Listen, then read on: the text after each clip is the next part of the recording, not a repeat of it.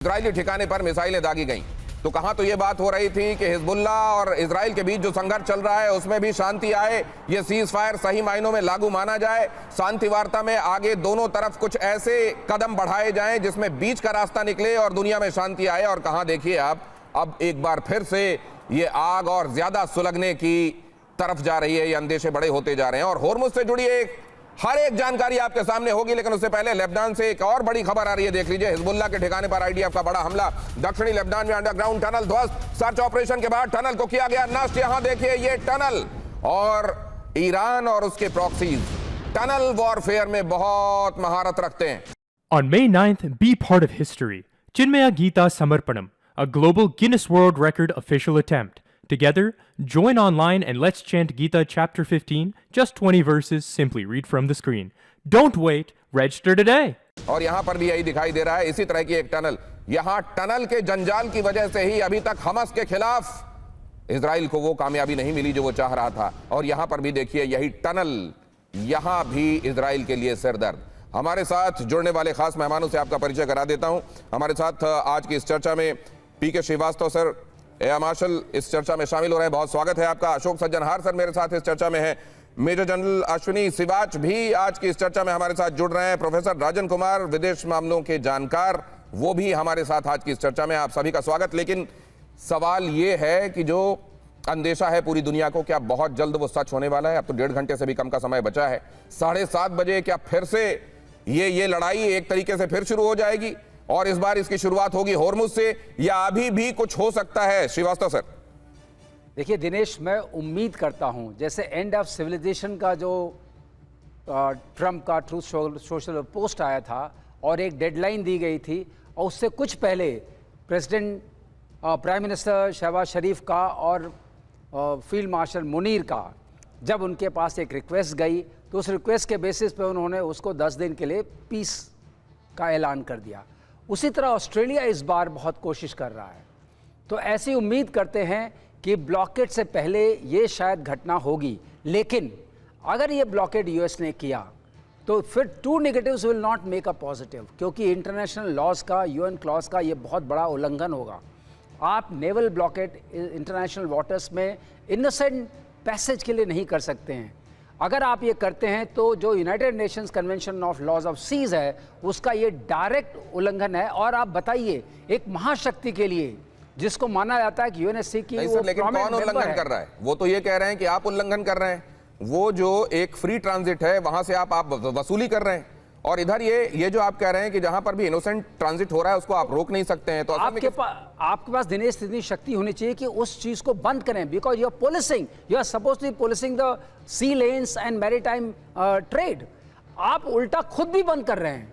ये नाकेबंदी है, और जो आप कर रहे हैं, अगर कोई पूछता है किया सकता है तो हाँ किया जा सकता है, लेकिन उस करने के पीछे क्या जो कॉन्सिक्वेंस ऑफ वॉर है, ये कॉज ऑफ वॉर नहीं था, ये कॉन्सिक्वेंस ऑफ वॉर है। अगर कॉन्सिक्वेंस आपने क्रिएट किया तो क्या आपकी मॉरल जिम्मेदारी नहीं बनती कि उसको खोले? खोलने के लिए जो प्रयत्न करना है वो करना चाहिए। ब्लॉकेड कब के आप ये दिखाना चाहते हैं कि बाकी लोग साथ आए। असल में अपने दर्शकों को सर हमको ये बताना चाहिए कि यूनाइटेड नेशंस का जो कन्वेंशन है समुद्र के कानून को लेकर, वो क्या कहता है और इसमें क्या क्या अपवाद है। मसलन 35C क्या कहता है, इसी यूनाइटेड नेशन कन्वेंशन का 35C क्या कहता है, ये बहुत महत्वपूर्ण हमारे दर्शकों के लिए जानना। लेकिन उस तरफ मैं ले जाऊं उससे पहले ये खबर देख लीजिए।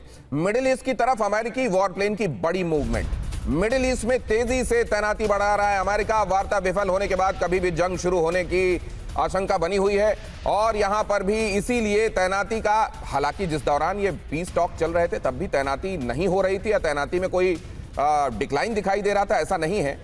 ये और हो रहा है, उस समय भी हो रहा था और अभी भी हो रहा है। अमेरिका के संभावित बड़े सैन्य एक्शन की तैयारी यहां पर दिखाई दे रही है, और ईरान के ऊपर एक साइकोलॉजिकल प्रेशर बनाने की भी कोशिश है कि अगर तुम समझ रहे हो कि पीस टॉक में तुमने उन बातों पर सहयोग नहीं किया जो हम चाह रहे थे, और आगे हमारी कोई तैयारी नहीं है और हम थक गए हैं, तो अमेरिका ये बताना चाहता है कि हम आगे के लिए भी तैयार हैं। अगर ये उसके लिए एक बड़ा कैंपेन होने वाला है तो हम उसके लिए भी तैयार हैं। अब जरा देखिए यहां पर होर्मुज पर ईरान ने निगरानी बढ़ाई। टॉर्पीडो से लैस जहाजों से पेट्रोलिंग हो रही है। होर्मुज में 30 पेट्रोलिंग जहाज मौजूद हैं, सैकड़ों नावों और रॉकेट लॉन्चर से लैस। यहां पर आपको ये देखिए, ये तैनाती जो अगर उधर मिडिल ईस्ट में अमेरिका तैनाती कर रहा है, तो इधर होर्मुज को लेकर ईरान फुल एक्शन में है और अगर यहां नेवल ब्लॉकेड होता है तो ईरान उसको टेक ऑन करने के लिए पूरी तरह तैयार है। जनरल सिवाच, आप क्या देख रहे हैं होता हुआ अगले 1.5 घंटे बाद? और अब तो 1 घंटे 19 मिनट बचे। हाँ बिल्कुल, आपने ठीक बोला, 1 घंटा ऑलमोस्ट अबाउट 19 मिनट्स बचे हैं। अगर अमेरिका इसके ऊपर लगाता है ब्लॉकेड ईरान के ऊपर, तो फिर तो कुछ भी हो सकता है और फिर ईरान पलटवार करेगा, और ये मुझे लगता है कि अनफॉर्चुनेट होगा। और ये भी सच्चाई है कि स्टेट ऑफ हॉर्मुज में अगर ताकत देखें तो ईरान की ताकत बहुत ज़्यादा है, स्पेशली अमेरिका से। उसकी वजह ये है कि जो ये अनकन्वेंशनल वारफेयर है समुद्र के अंदर, उसके अंदर इसने महारता कर लिया। इसके पास ड्रोन्स भी हैं, इसके पास माइंस भी हैं, इसके पास मिसाइल भी हैं, रॉकेट भी हैं, और दूसरे दोनों तरफ जो इलाका है नदर्न पार्ट में स्पेशली जो कोस्टल इसकी बैटरीज हैं वो वहीं पर हैं। जबकि अमेरिका तो बाहर से आएगा, तो ऐसे में लैंड जो है ईरान के पास है, उसके वहाँ से रॉकेट मिसाइल आर्टिलरी फायर हो सकते हैं। तो मतलब यह है कि अगर अमेरिका करने की कोशिश करेगा ब्लॉकेड लगाने की उन शिपों को जो कि ईरान में जा रही हैं, ईरान के पोर्ट से वापस आ रही हैं, तो मुझे लगता है फिर ये सीज फायर टूट जाएगा, इसमें कोई शक नहीं है। मगर क्या ये 1.5 घंटे में कुछ और हो सकता है? देखो, ये सच्चाई है की कोशिश हो रही होगी, क्योंकि कोशिश आज की तारीख में नेटो कंट्रीज भी बहुत करी, अमेरिका को बनाने की कोशिश यूके, फ्रांस भी कर रहा है, जर्मनी भी कर रहा है। कहीं ना कहीं कोई भी देश उनके साथ नहीं है। और यह भी सच्चाई है, जो यूएन क्लॉज की बात करें, United Nation convention law for sea, वो जो है ईरान ने भी तोड़ा है। ईरान ने फ्रीडम ऑफ नेविगेशन जो हाईवे पे, जबकि वो उसका सिग्नेटरी है, उसने रेटिफाई नहीं किया। जो ब्लॉकेड ईरान ने लगा रखा था वो भी गलत है, मगर जो अमेरिका करने वाला वो उससे भी ज्यादा गलत है। राइट, बिल्कुल ठीक है, two wrongs can't make it right. मगर अगर जिस हिसाब से अमेरिका जा रहा है, इससे तो मुझे लगता है आप लोग दोनों ही जो असल में वॉर वेटरन्स हैं, आप दोनों ये कह रहे हैं कि कूटनीति हो सकता है अपना रोल प्ले करे और कुछ हो जाए। ये आप लोग जो सोच रहे हैं, क्या वाकई वो जो कूटनीति के जानकार हैं वो भी कोई स्कोप देख रहे हैं? अशोक सज्जनहार सर, आपके पास आने वाला हूं, लेकिन उससे पहले खबर बता दूं, अमेरिका की नाकेबंदी से 4 बंदरगाहों पर, 4 पोर्ट्स पर असर संभव है। ईरान के खर्ग और बंदर अब्बास पोर्ट पर प्रभाव पड़ेगा। जास्ट टर्मिनल और बंदर खुमैनी पर भी इसका असर होगा। और जाहिर है ये अगर ब्लॉकेड होता है तो ईरान के लिए ये एक बड़ा सेटबैक है, और ईरान जाहिर है इसीलिए ऐसा नहीं होने देना चाहता। ईरान की तरफ से जो तैयारियां हैं वो भी मैंने आपके सामने रख दी, लेकिन क्या कूटनीति के लिए अब जब 1.25 घंटे 1.5 घंटे बचा हुआ है, क्या तब कूटनीति के लिए कोई बहुत स्कोप बचा है? अशोक सज्जनहार सर।